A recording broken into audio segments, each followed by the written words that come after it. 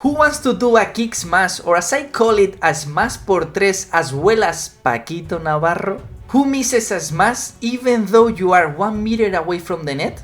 Hello to all players, I'm Pablo and I welcome you to a new 4Set. Paquito Navarro is one of the best players doing the smash por tres, the kick smash, or whatever you call it. But professional players know that not all the times that they do a smash por tres, a kick smash, they win the point. However, players like me know that 95% of the times that we do a smash por tres or a kick smash, we win the point.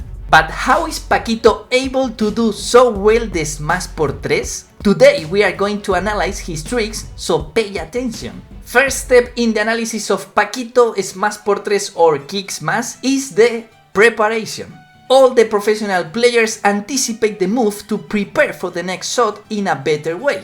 Paquito has the feeling that the opponent is going to do a lob, so he starts to turn his body and walk sideways until he gets under where the ball is going to bounce. So remember always to move quick on the court, because the faster the opponent's lob is, the faster you need to move to get under the ball. One more thing to notice is how Paquito changes his grip. He switches to an instant grip, which will help him to increase the top spin. Got it. Well, I just received the information that everyone who subscribed to the channel today, it's free, will be able to do the kick smash as Paquito in his next match. Don't miss this opportunity and subscribe to the channel. Paco doesn't hit with all his strength because he focuses on giving the ball spin. He hits the ball high and looking for a bounce in the right place on the court. Once Paco is in the right place, his body is still sideways with his legs together and bent, allowing him to be bent over to initiate the shot. Zero shots in Padel are about just an arm movement. It's about a combination of movements of your arm, of your shoulders, of your wrist, of your whole body. Therefore, to do a good smash por tres, to do a good kick smash, you need to generate the power by the legs plus the movement of the arm, shoulders and the hip. But Paco can do it even easier.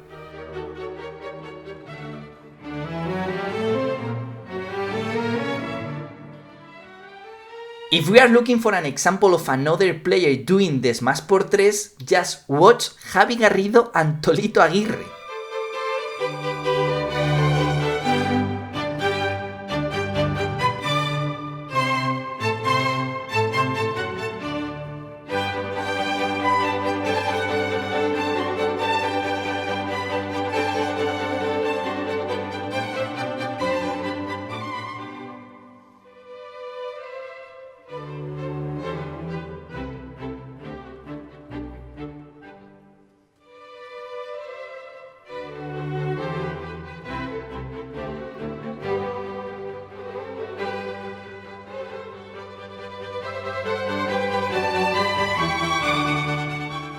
Going back to Paquito, we have already seen how he prepares the shot, how he moves with side steps, how he changes the grip, and how he moves his whole body. So the next step is to analyze how Paquito impacts the ball. Paquito explains in different interviews that the best way to explain how to do the smash por tres, how to do the kick smash, is to think about the second service in tennis. But if you are a 100% paddle player like me, how the hell is a second service in tennis? So my idea is to think in another example, the bandeja to defense. Lima is a specialist in this shot and by chance or not also in the smash por tres.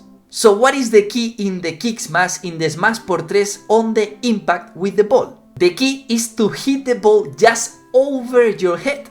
So we cannot hit the ball to our right or in front of us. When Paco is positioned in the right place, he hits the ball as it is coming down, but at the highest point that Paquito reaches. Imagine that Paquito would miss the shot. The ball should hit his head or pass him through his back. Also, his arm goes up to add top spin to the ball. Why? Well, because when the ball bounces off the glass, it goes upwards. Have you noticed Paquito's trick about his wrist? Paquito just before hitting the ball has his wrist bent, but do you know why? Having your wrist bent before hitting the ball allows you to move faster as if your wrist were a whip. Here comes another trick. Where Paquito grabbed his racket? Paco grips the racket as low as possible to generate more power in his shot. And once Paco does the smash, he lets his racket go. And for those who are wondering, yes, it's legal to let your racket go, but just after hitting the ball. But please keep this in mind, because if you wanna do a good smash por tres, a good kick smash, you cannot have a fixed wrist.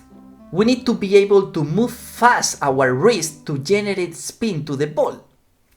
Because in the kick smash, in the smash por tres, it's not about power, it's about spin and technique. But we have to assume that this is one of the most difficult shots in Padel, so never give up. Well, let's go to one more trick. Have you noticed where Paquito's ball bounces on the court? It always bounces 1 or 1.5 meters in front of the white line. But if Paco were to do the smash from his own glass, he will need his ball to bounce at the end of the opponent's court.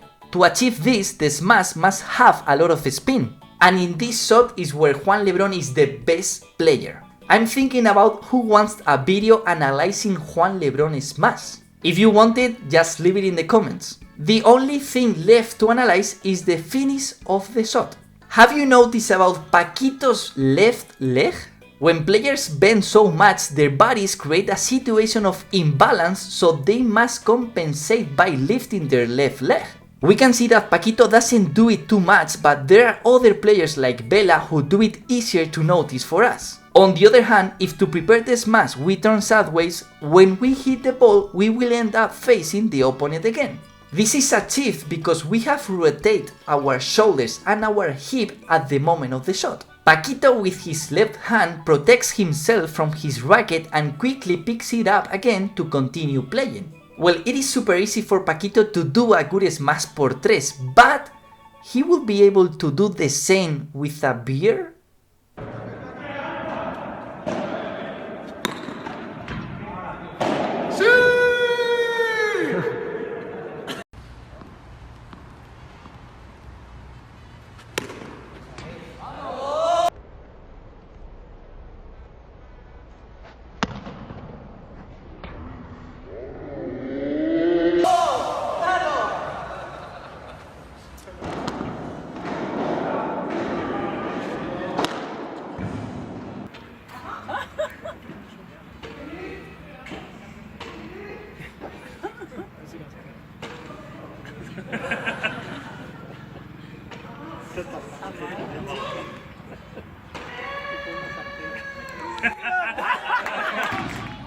Toma 25. Pero qué mentira, si es a la primera. Ahí va. 25, la Por primera, fin. a la